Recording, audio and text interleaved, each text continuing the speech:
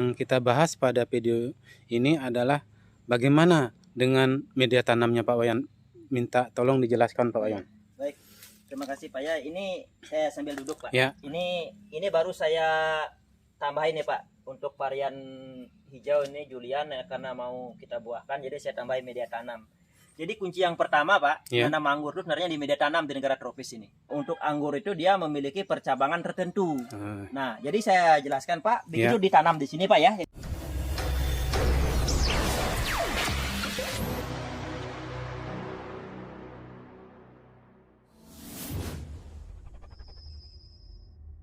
Yang kita bahas pada video ini adalah bagaimana dengan media tanamnya Pak Wayan. Minta tolong dijelaskan Pak Wayan. Baik, terima kasih Pak ya. Ini saya sambil duduk Pak. Ya. Ini baru saya tambahin nih Pak untuk varian hijau ini Julian ya, karena mau kita buahkan, jadi saya tambahin media tanam. Jadi kunci yang pertama Pak, menanam anggur itu sebenarnya di media tanam di negara tropis ini. Oh, kalau di daerah tropis ini media tanamnya dulu ya. Karena kita memanipulasi bagaimana tanah itu seperti negara subtropis.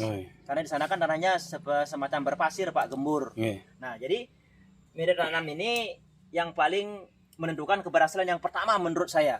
Nah, jadi media tanam ini komposisinya adalah Pak, yang pertama sekam bakar. Ya. Sekam bakar. Oh, sekamnya dibakar dulu. Iya, jadikan arang sekam. Bukan jadikan abu Pak ya. Karena banyak yang salah pengertian sahabat penghobi ini. Membuat dia arang sekam bakar, dibuatnya sampai abu, bukan. Dibuat sampai jadi arang saja. Nah, kemudian yang kedua itu adalah sekam lapuk. Jangan sekam yang baru pabrik itu diambil. Nah, itu tidak boleh. Kemudian yang ketiga itu adalah humus bambu.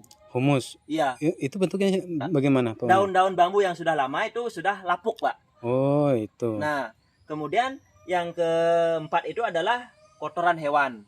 Bisa kotoran kambing atau sapi. Saya sarankan kambing atau sapi aja.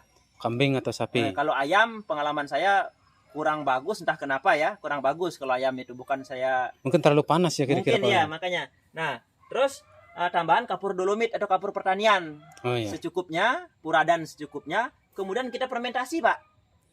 Oh, diaduk. Difermentasi didiamkan selama minimal 1 bulan dengan bahan ada namanya E4 pertanian dan air gula. Air gula. Ya, nah itu kita siram dengan itu kan E4 dan air gula itu, kemudian nanti kita diamkan selama 1 bulan, baru bisa jadi untuk media tanam. Kalau begitu kita nyampur langsung dipakai, belum terfermentasi, berbahaya dengan akar. Oh iya. Nah, gitu Pak ya untuk media tanam. Ini hal yang paling, makanya saya karena sifatnya mau edukasi, setiap yang mencari bibit tempat saya sudah saya siapkan media tanam yang sudah siap dipakai. Karena saya khawatir bibit yang saya berikan tuh kalau media tanamnya nggak tepat, bisa nggak bagus pertumbuhannya. Nah, jadi gini kesimpulannya teman-teman. Jadi teman-teman kalau mau beli bibit anggur di tempat Pak Wayan, itu langsung mendapatkan media tanam. Media tanamnya dari Bapak Wayan sendiri yang memberikan sama bibitnya itu langsung, dan plus bimbingan gitu Pak Wayan. Betul, bimbingan perawatan. Kalau untuk selanjutnya Pak Wayan, kita untuk pencabangan ini Pak Wayan, kok rapi sekali nih Pak Wayan anunya. Ini bagaimana teknik-tekniknya?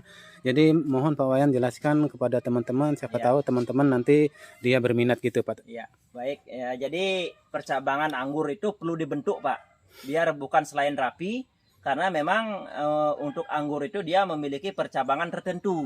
Nah, jadi saya jelaskan Pak, begitu ditanam di sini Pak ya, yang sini aja Pak ya. Ini adalah varian baru di tempat saya Pak. Ini belum berbuah, ini baru 3 bulan usianya. Oh, usianya 3 bulan ini. Iya, ini varian Jepang ini Pak, dari Jepang asalnya. Jadi ditanam di sini Pak ya, dengan media tanam yang tadi saya sampaikan. Kemudian kita biarkan naik ya sampai kurang lebih 2 meter. 2 meter. Setelah 2 meter ke atas kita belokkan Pak. Oh, belokan dulu. Iya, belokan setelah mencapai kurang lebih 2 meter Pak di sana. Maksimal kalau saya 2 meter saja. 2 meter? Ya. Dari belokan. Oh, dari belokan ini? Ya, nah ini saya jelaskan. Ini yang dari tanah sampai belokan ini namanya cabang primer.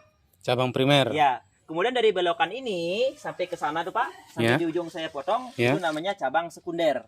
Yang dari ujungnya? Ya, dari sini sampai ke sini, Pak. Iya, Ini iya. namanya cabang sekunder. Iya. Yang tumbuh ke atas ini namanya cabang tersier.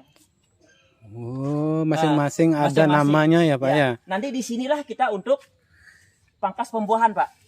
Ini yang kita pangkas. Jadi yang abadi itulah cabang primer dan sekunder. Cabang tersier itu sering berbuah, dia akan sering berganti. Berbuah nanti dia sudah berbuah, sudah panjang, buah masak, kita bentuk lagi cabang tersier, tumbuh lagi. Oh, jadi ini digunting lagi. Nanti gitu? Iya, digunting, dipotong, berbuah kan, Pak? Iya. Nanti kalau sudah berbuah masak, kita potong lagi di sini, tumbuh lagi dia, bentuk cabang baru. Iya, iya. Nanti sudah tua, coklat, kita pangkas lagi. Pangkas lagi. Seterusnya begitu perjalanannya tanaman anggur ini. Jadi tanaman anggur ini tanaman selama-lamanya. Jadi kita tanam sekali, panen berkali-kali. Panen berkali-kali. Nah, itu moto saya. Jadi tanam sekali, panen berkali-kali. Oke. Terima kasih dulu Pak Wayan. Baik, sama-sama.